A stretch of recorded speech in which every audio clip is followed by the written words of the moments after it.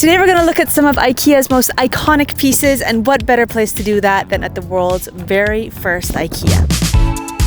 Yes, we're in IKEA's birthplace, Sweden, to explore the pieces that defined the brand, the designs that stuck, and why they mattered. We'll also look at some of the most iconic flops that IKEA doesn't like to talk about. Be sure to stay until the end to find out if visiting the first ever IKEA store, now over 70 years old and turned into a museum, is actually worth a visit.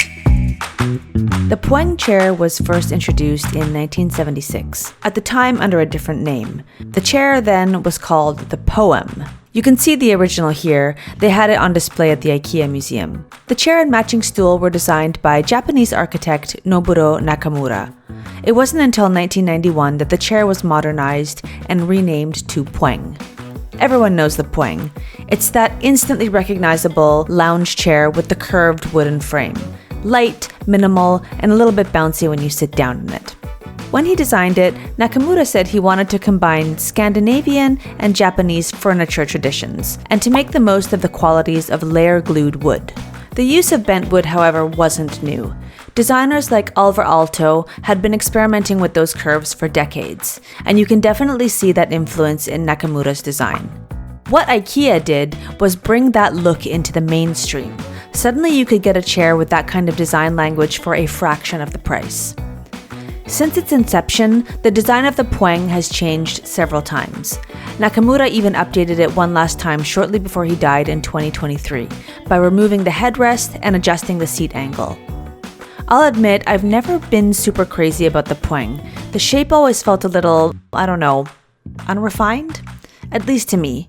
But now knowing the backstory, I have a newfound appreciation for it. It's not just another budget chair. It was IKEA making Scandinavian design accessible to everyone. The Lack table came out in 1979 after a couple of IKEA table designers spotted a little side table in a shop window in Milan and thought, why don't we do our own version? The first prototypes were really heavy, and Ingvar Kamprad pushed them to make it lighter and cheaper. So they built the table with a cardboard honeycomb construction inside instead of solid wood, and the rest is history. Over time, that little table grew into a whole series, the Lack series. It includes shelves, TV benches, and coffee tables. It's not glamorous, but it's some of the most recognizable pieces IKEA has ever made. I had a pink Lack table as a kid growing up, and honestly I know that for a lot of people, the Lack series was classic first apartment furniture, myself included. It was the only thing you could afford, and yeah, it looked basic, but it was still kind of nice, you know?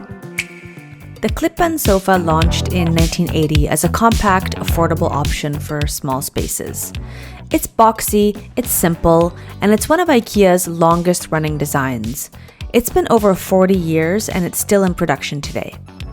The idea for the Klippan came from IKEA product designer Lars Engman.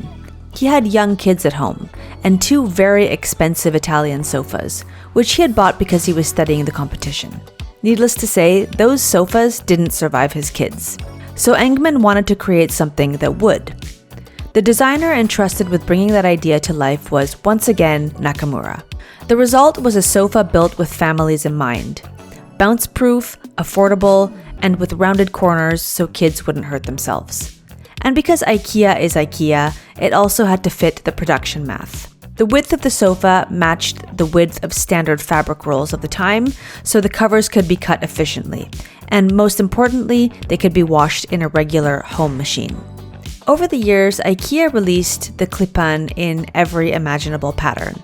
And at one point, they even sold sewing patterns themselves, so people could sew their own covers from whatever fabric they liked. Now, in a previous video from a few years ago, I actually named the Klippan as one of the worst IKEA products, mainly because I found it incredibly uncomfortable. I lived with the Klippan for an entire year in a rental, and let's just say I don't miss it. But here's the thing. I do like the design, and I can see how it's practical, especially in small apartments where you need something cheap, durable, and easy to move. The Klippan is such an absolute icon that they've even gone ahead and cast a series of them into concrete benches right outside the IKEA Museum. And when I say there isn't much difference comfort-wise between the concrete one and the real thing, I'm kind of not even kidding. But all jokes aside, I do think the Klippan deserves its place in design history because it's proof that good design doesn't have to be expensive or precious to last. Kallax, or Expedite as it was originally called, came out in the early 2000s. At first glance, it couldn't be more basic, just a grid of cubes. But that's exactly the brilliance of it. Those perfect squares turned out to be endlessly useful. Bookcase, record storage, room divider, toy organizer, whatever you needed, Kallax could be it. Vinyl collectors loved it so much that when IKEA announced that they were discontinuing Expedite in 2014, people actually organized petitions and Facebook groups to protest. People genuinely revolted over a shelving unit. The uproar was so intense that IKEA even released a statement to reassure customers. And when a shelving unit sparks that kind of reaction, you know it's more than just furniture.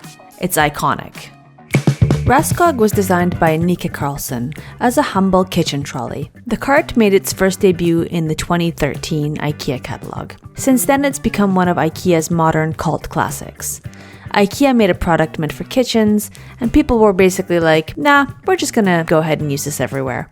Bathrooms, dorm rooms, craft corners, plant stands, bedside tables, book carts. If there was a gap, Råskog just rolled right into it.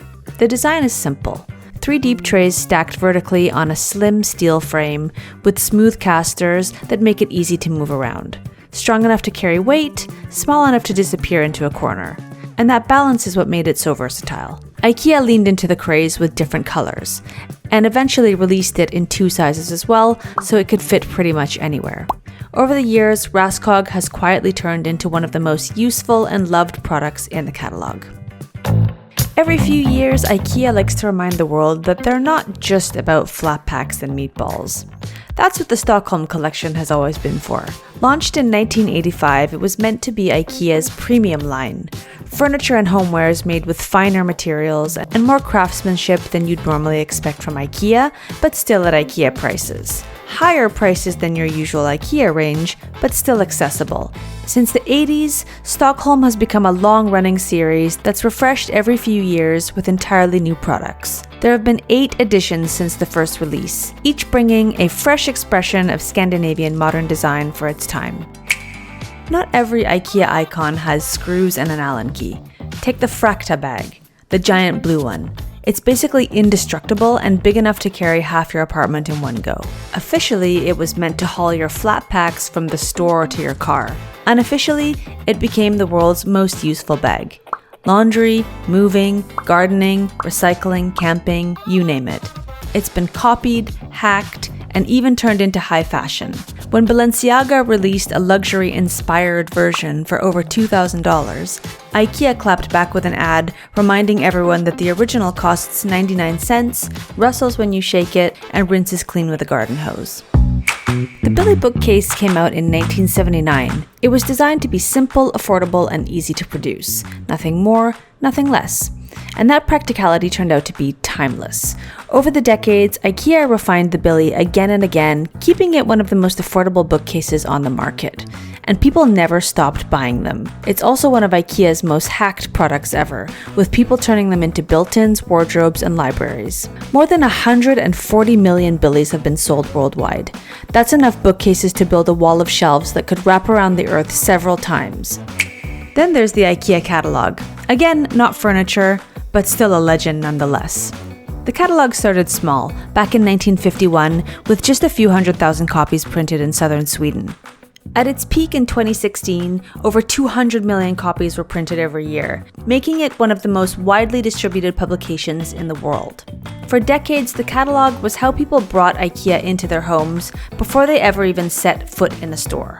People loved it.